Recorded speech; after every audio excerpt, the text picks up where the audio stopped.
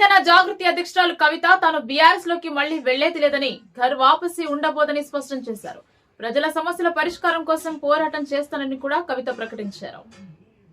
తాను ఎవరు వదిలిన బాణం కాదని, ప్రజలు వదిలిన బాణమని ఆమె పేర్కొన్నారు. తనను ఆపరేట్ చేసే అంత సీన్ ఎవరికి లేదన్నారు.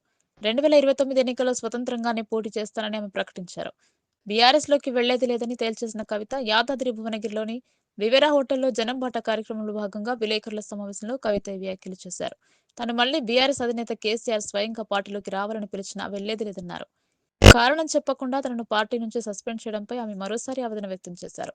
తాను చేసిన తప్పు ఏమిటో చెప్పకుండా తనను సస్పెండ్ చేసి బయటకు గెంటేశారన్నారు. పెద్దల భూములను కాపాడటం కోసం పేదల భూములు లాక్కున్నారన్న కవిత ఇప్పటి వరకు 16 జిల్లాలను పర్యటించి ప్రజా సమస్యలను అధ్యయనం చేస్తూ వాటిపై పోరాటానికి కార్యాచరణ రూపొందిస్తున్నానని కవిత తెలిపారు.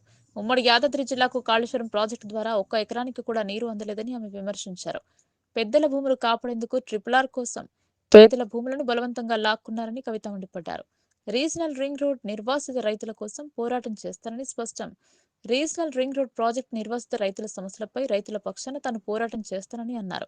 రాయగిరి, తిమ్మాపురం, బస్వాపురం వంటి ప్రాంతాల రైతులతో కలిసి మాట్లాడిన కవిత ప్రాజెక్టు రీడిజైన్ పేరుతో చిన్న రిజర్వాయర్ను పెద్దదిగా మార్చి రైతుల భూములు లాగేసుకున్నారని ఆరోపించారు. ఈ విషయమై కేంద్ర రవాణా శాఖ మంత్రి నితిన్ గడ్కరీకి ఫిర్యాదు చేస్తానని తెలిపారు. జిల్లాలో పెండింగ్ ప్రాజెక్టులపై 2 మంత్రుల పనితీరును కవిత ప్రశ్నించారు. ఇంకా అనేక సమస్యలపైన స్పందించిన కవిత పేద విద్యార్థులకు వెంటనే బోధన రుసుములు విడుదల చేసి ఆదుకోవాలని కోరారు.